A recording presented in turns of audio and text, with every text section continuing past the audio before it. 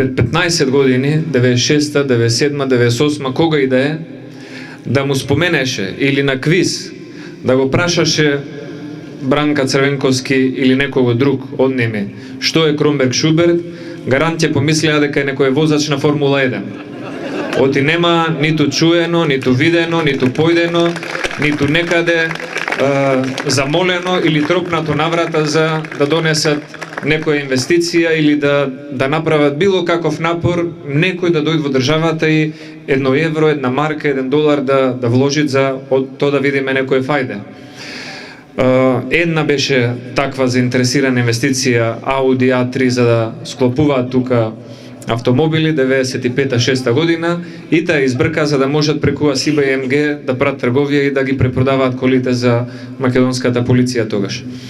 И исто и со Заев, исто и со Шеќеринска. Не мора дојме далеку до 96-та.